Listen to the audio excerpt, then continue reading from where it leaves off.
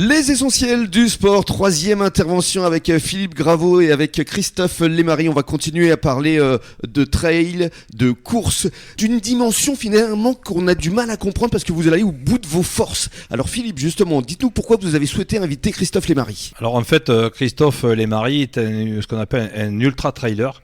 C'est-à-dire qu'il fait des courses qui ont un nombre de kilomètres, un dénivelé qui est hyper important. Et moi, ça m'a toujours impressionné. Et Christophe, on se connaît depuis quelques années. On a fait de la course à pied ensemble. On a partagé des choses. Et lui, il est passé dans une autre dimension. Alors moi, je suis en dessous. Et ça me fascine parce que c'est la volonté, le courage, l'abnégation, le travail qu'il faut pour... Donc, il fait des distances qui sont entre 130 et pratiquement 200 km. Ce qui est énorme. Ce qui est énorme, donc c'est des courses sur plusieurs jours, c'est un truc de donc fou.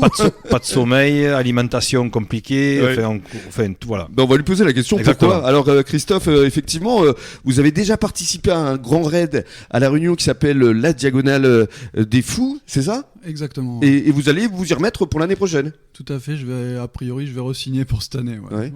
Et alors, encore une fois, là, vis-à-vis de ce que vient de dire Philippe, qu'est-ce qui vous motive ? Parce que c'est vrai que vous allez au bout de vous-même, quoi. Mais en fait, j'ai découvert le trail il y a 4 ans et je me suis très vite rendu compte que j'adorais souffrir. Voilà. Donc vous êtes un peu maso. C'est ça.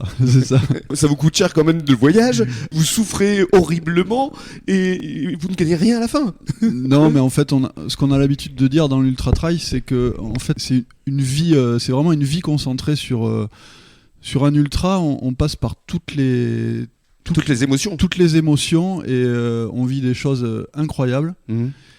Et ce qui est assez surprenant, c'est qu'une fois qu'on a souffert sur ce type de course, on oublie très vite la souffrance et on pense à la prochaine en fait. C'est assez incroyable. Alors racontez-nous comment vous vous êtes mis justement à l'ultra trail, parce qu'au départ vous étiez marathonien tout simplement. J'étais nageur, j'ai fait de l'aviron. Oui, enfin, ça c'est le départ du départ. Ouais. Mais vous vous êtes mis il y a combien de temps en fait au marathon ? Je me suis mis en 2018 à la course à pied, dans le but de faire un marathon sur route. C'est ça ? J'ai fait 2 ou 3 marathons sur route et très vite j'ai rencontré des trailers qui m'ont parlé de la montagne, etc. Et j'ai commencé à courir en montagne et j'ai trouvé ça magnifique. Voilà. Ce sont quoi les paysages qui vous ont attiré ? Les paysages sont magnifiques, c'est hyper sauvage, on voit des animaux, des oiseaux, enfin c'est... On est en pleine nature quoi. C'est vraiment... Alors je reviens quand même à cette Diagonale des Fous parce que c'est une course qui est vraiment mythique, c'est une des plus importantes du monde. Ouais, tout à fait, je pense qu'elle fait partie des plus mythiques avec l'UTMB. Ouais. Il y a combien de participants la dernière fois ? 2800. 2800 participants qui viennent pour souffrir. C'est ça, qui viennent pour souffrir, qui sont malgré tout sélectionnés parce qu'en fait on est obligé d'obtenir des points pour pouvoir participer au tirage au sort, parce que c'est une course à tirage au sort en fait, parce qu'il y a beaucoup de prétendants. Parce que ça vient du monde entier forcément. C'est ça vient du monde entier, c'est une course qui est vraiment courue si je puis dire. Ouais, c'est le cas de le dire. Oui. Vous êtes plusieurs Français ? Oui, il y a quand même du français, il y a pas mal de français. Et ici sur le bassin, vous êtes le seul ? Je pense qu'on était 2. Vous étiez 2 ? Bassin, D'accord. Et voilà, donc 2800 participants. La distance, combien ? 165 km et 9800 mètres de dénivelé positif. Voilà, c'est ça. C'est-à-dire qu'il y a des températures qui aussi de moins quelque chose à plus... alors moi, pour l'édition que j'ai fait, on est parti sur une température de 20 degrés environ. Quelques heures plus tard, on était dans des températures négatives. Et le lendemain, dans l'après-midi, sur Mafat, on était à 40 degrés à l'ombre. Mais vous risquez pas de passer en hypothermie ?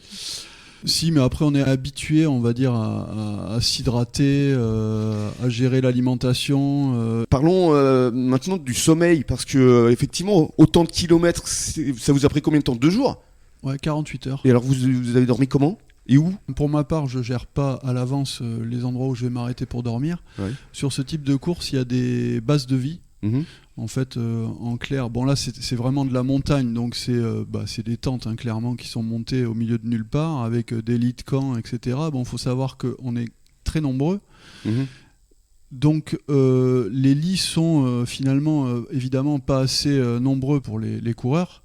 Donc quand on veut s'arrêter pour dormir, on a deux solutions, soit s'arrêter en pleine nature, en pleine montagne et dormir dans la couverture de survie, soit s'arrêter sur les bases de vie et dormir un quart d'heure, parce qu'au bout d'un quart d'heure on est viré c'est énorme. Du lit de camp. Voilà. Ah, j'adore. Voilà. Bah, merci Philippe d'avoir invité Christophe, parce qu'effectivement c'est une leçon de vie.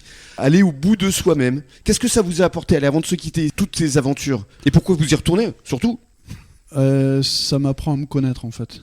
Et ça m'apprend à voir jusqu'où je suis capable d'aller. Je peux aller, ouais, c'est ça, exactement. Bah bravo, félicitations, total respect. Hein. Merci beaucoup Christophe, merci Philippe. Merci Rémi. On vous souhaite de passer un bon début de soirée. Dans quelques minutes, le journal des sports.